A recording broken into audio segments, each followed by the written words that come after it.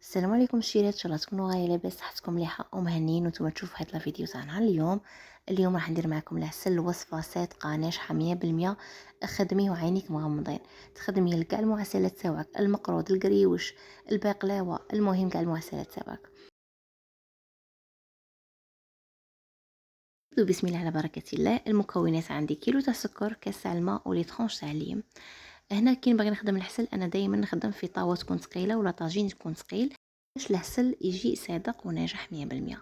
المهم انا كنت راح نخدم 2 كيلو، راكم تشوفوا الطاوه زاوجه مليها، خليتها بجهه الكيلو الزاوج. قلت نخدم غير كيلو معاكم باش تشوفوا لي ديتاي كيفاش.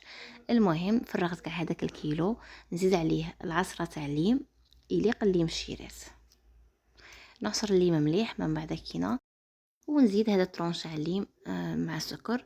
هنايا كاين اللي تبغي القرفه ديري عود تاع قرفه، ما بغيتيش ما ديريهاش، كاين اللي تبغي هذيك البنه تاع القرفه ديرها. ونزيد نفرغ كاس تاع الماء. انا في الاول راح ندير كاس واحد تاع الماء، من بعد راح نزيد دوك نوريكم شحال من بعد راح نزيد نخلط حتى يذوب، ماشي يذوب، حتى يتشمخ هذا السكر كاع، ونديرها فوق النار. ونديرها فوق النار ونقص عليه لق النار ما تكونش ناقصه وما تكونش زايده، يكون نار ما تكون متوسطه حتى يذوب لي كاع ويولي هكا يبقبق، يولي كيما الشربات. نزيد عليه كميه تاع الماء اللي راح نزيدها، غادي نزيد كاس ونص. درنا في الاول كاس، من بعد كي يذوب لي كاع السكر كيما قلت لكم يولي شربات، نزيد كاس ونص، ثم 2 كيسان ونص تاع الماء، ونخليه يطيب مده 45.